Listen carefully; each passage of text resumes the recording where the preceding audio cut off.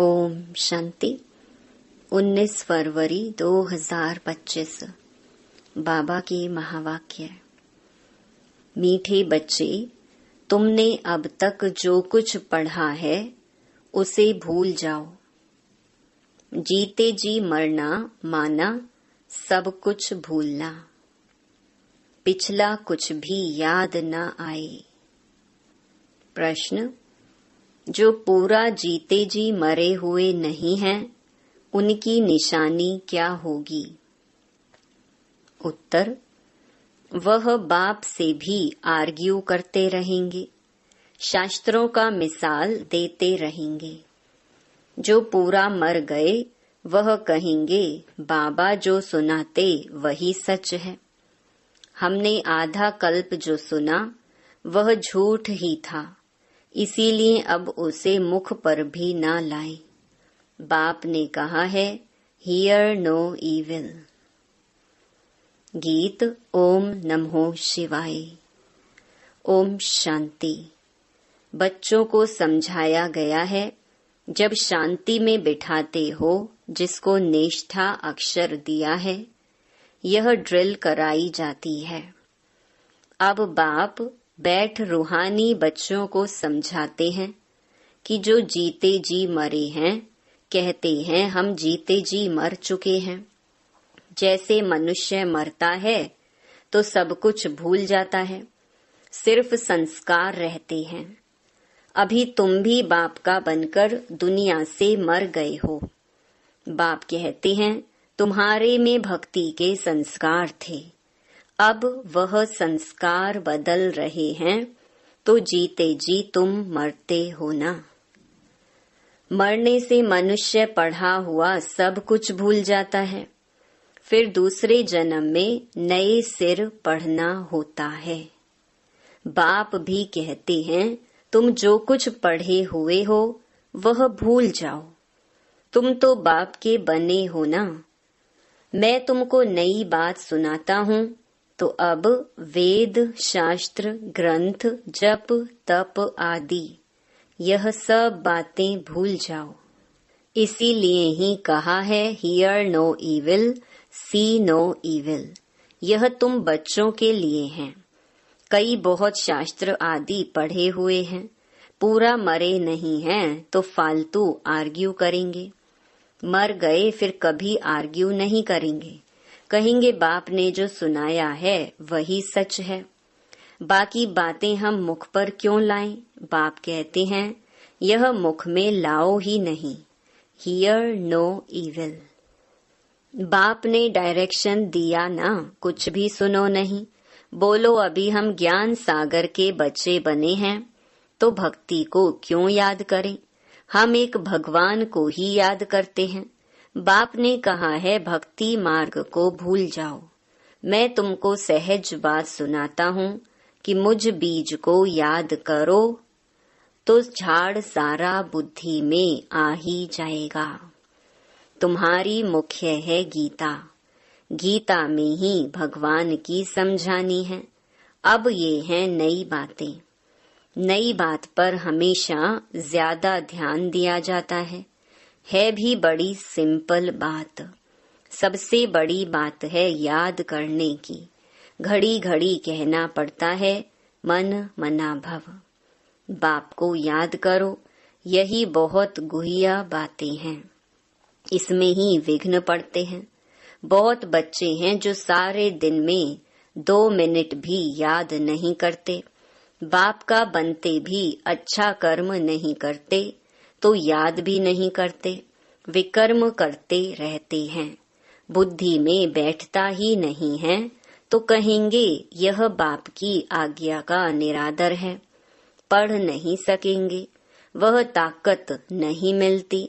जिस्मानी पढ़ाई से भी बल मिलता है ना। पढ़ाई है सोर्स ऑफ इनकम, शरीर निर्वाह होता है, सो भी अल्प काल के लिए। कई पढ़ते पढ़ते मर जाते हैं तो वह पढ़ाई थोड़े ही साथ ले जाएंगे। दूसरा जन्म ले फिर नए सिर पढ़ना पड़े। यहाँ तो तुम जितना पढ़ेंगे वह साथ ले जाएंगे, क्योंकि तुम प्रारब्ध पाते हो दूसरे जन्म में। बाकी तो वह सब है ही भक्ति मार्ग। क्या क्या चीजें हैं ये कोई नहीं जानते। रूहानी बाप तुम रूहों को बैठ ज्ञान देते हैं।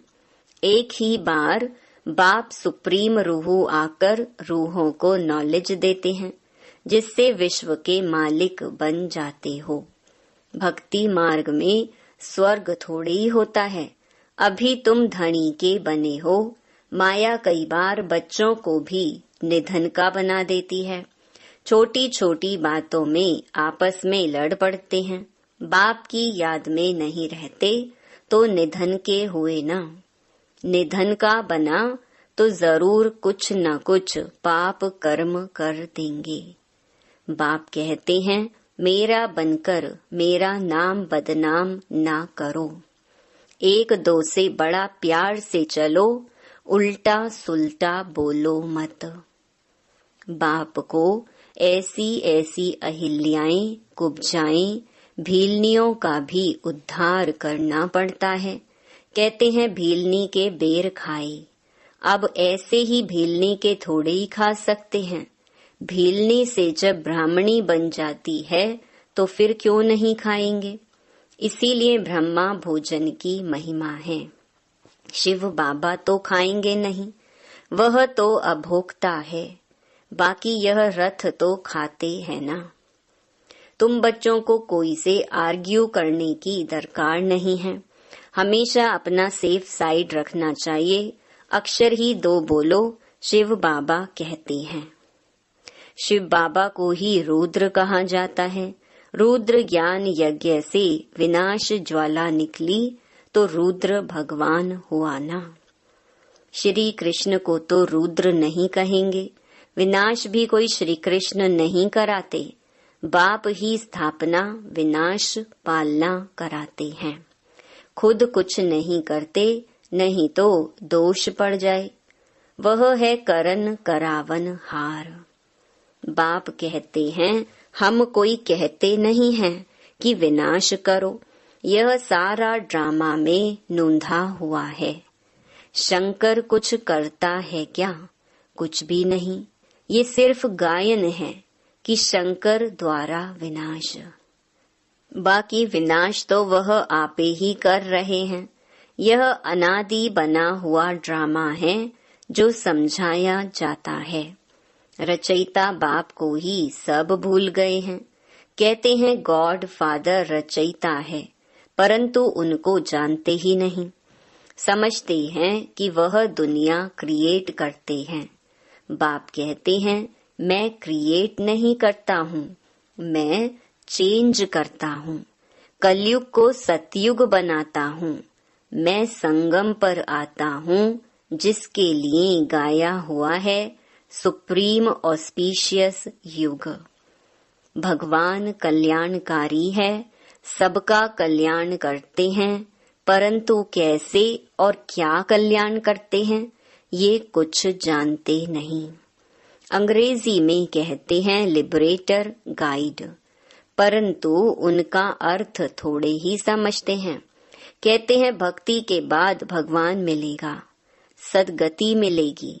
सर्व की सद्गति तो कोई मनुष्य कर ना सके, नहीं तो परमात्मा को पतित पावन सर्व का सद्गति दाता क्यों गाया जाए। बाप को कोई भी जानते नहीं, निधन के हैं। बाप से विपरीत बुद्धि है। अब बाप क्या करे। बाप तो खुद मालिक हैं। उनकी शिव जयंती भी भारत में मनाते हैं। बाप कहते हैं मैं आता हूँ भक्तों को फल देने। आता भी भारत में हूँ। आने के लिए मुझे शरीर तो जरूर चाहिए ना। प्रेरणा से थोड़े ही कुछ होगा। इनमें प्रवेश कर इनके मुख द्वारा तुमको ज्ञान देता हूँ। गौ मुख की बात नहीं है, यह तो इस मुख की बात है। मुख तो मनुष्य का चाहिए, ना कि जानवर का। इतना भी बुद्धि काम नहीं करती है। दूसरे तरफ फिर भागीरथ दिखाते हैं। वह कैसे और कब आते हैं जरा भी किसको पता नहीं है।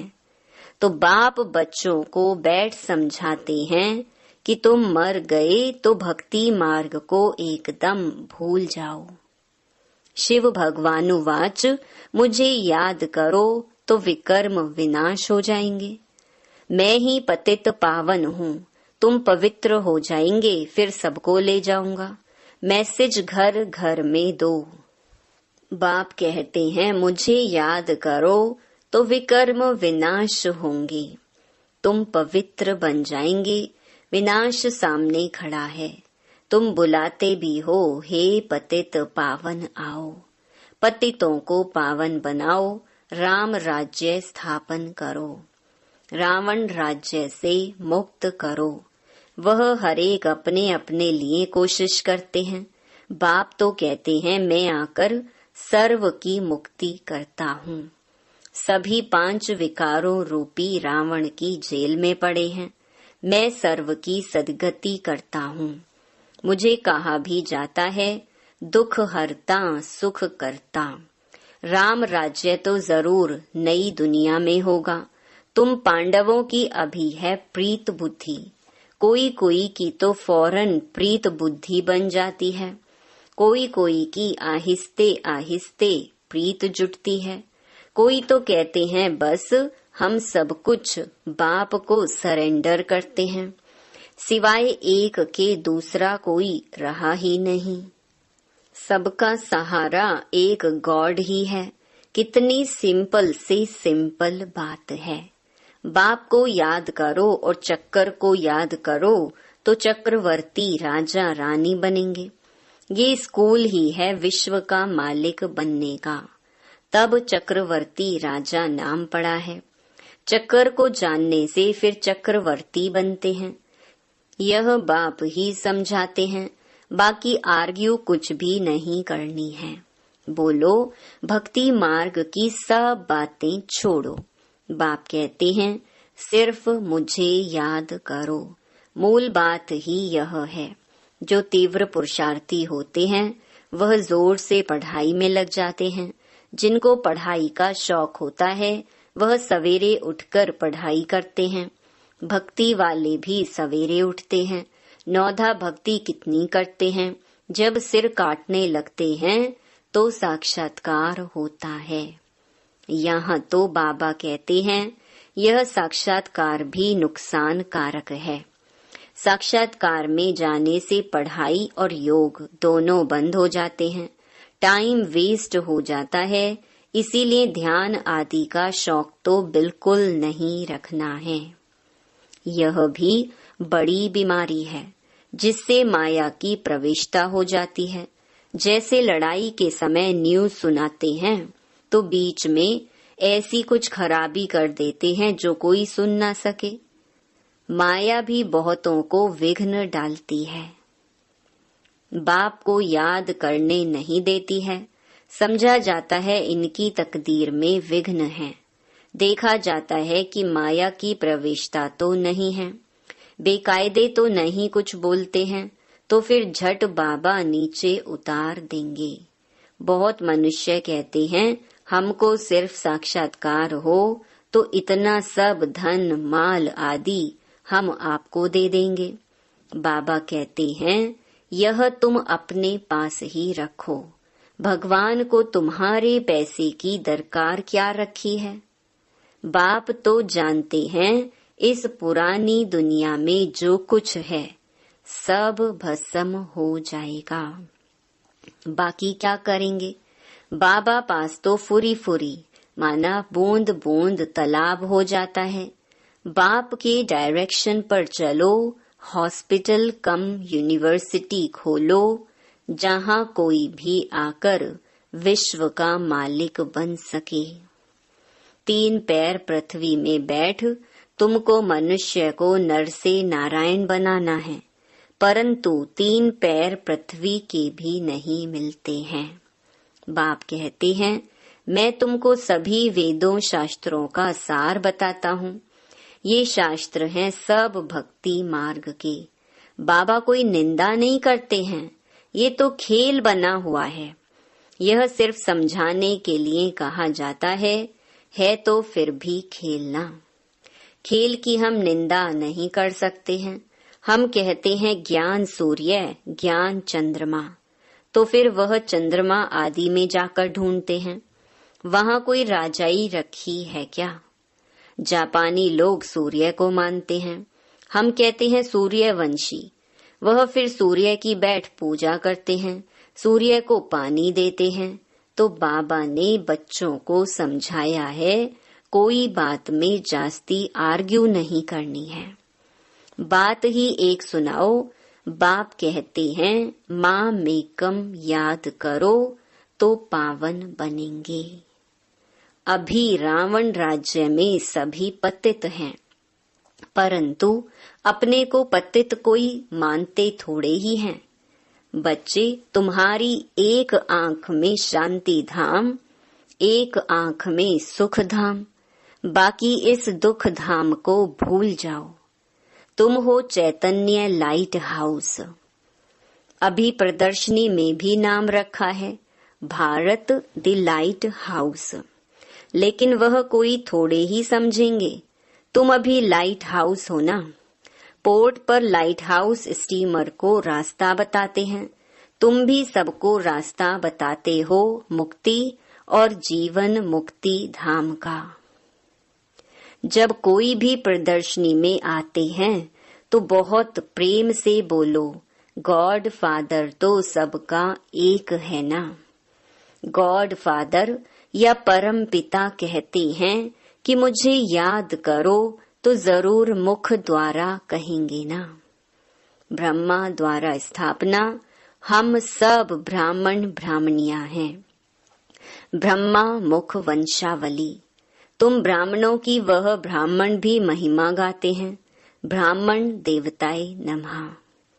ऊंच ते ऊंच है ही एक बाप, वह कहते हैं मैं तुमको ऊंच ते ऊंच राजयोग सिखाता हूँ, जिससे तुम सारे विश्व के मालिक बनते हो। वह राजाई तुमसे कोई छीन न सके। भारत का विश्व पर राज्य था, भारत की कितनी महिमा है। अभी तुम जानते हो कि हम श्रीमत पर यह राज्य स्थापन कर रहे हैं। अच्छा, मीठे मीठे सिकिलधे बच्चों प्रति माता पिता बाप दादा का याद प्यार और गुड मॉर्निंग। रूहानी बाप की रूहानी बच्चों को नमस्ते। धारणा के लिए मुख्य सार। पहला, तीव्र पुरुषार्थी बनने के लिए पढ़ाई का शौक रखना है। सवेरे सवेरे उठकर पढ़ाई पढ़नी है, साक्षात्कार की आश नहीं रखनी है। इसमें भी टाइम वेस्ट जाता है। दूसरा, शांति धाम और सुख धाम को याद करना है, इस दुख धाम को भूल जाना है। किसी से भी आर्ग्यू नहीं करनी है। प्रेम से मुक्ति और जीवन मुक्ति धाम का रास्ता बताना है। वरदान, सदा सुखों के सागर में लवलीन रहने वाले अंतर्मुखी भवा। कहा जाता है अंतर्मुखी सदा सुखी। जो बच्चे सदा अंतर्मुखी भव का वरदान प्राप्त कर लेते हैं, वह बाप समान सदा सुख के सागर में लवलीन रहते हैं। सुखदाता के बच्चे स्वयं भी सुखदाता बन जाते हैं। सर्व आत्माओं को सुख का ही खजाना बांटते हैं। तो अब अंतर्मुखी बन ऐसी संपन्न मूर्ति बन जाओ जो आपके पास कोई भी किसी भी भावना से आए, अपनी भावना संपन्न करके जाए।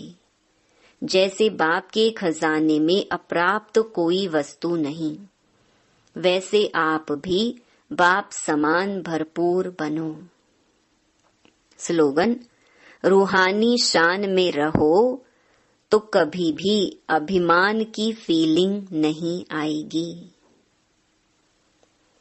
अव्यक्त इशारे, अपने को सदैव अंडरग्राउंड अर्थात अंतर्मुखी बनाने की कोशिश करो।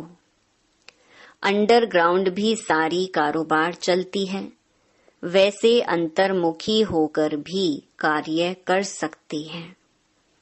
अंतर्मुखी होकर के कार्य करने से एक तो विघ्नों से बचाव, दूसरा समय का बचाव, तीसरा संकल्पों का बचाव व बचत हो जाएगी। एकांतवासी भी और साथ साथ रमणीकता भी इतनी ही हो। अच्छा, ओम शांति।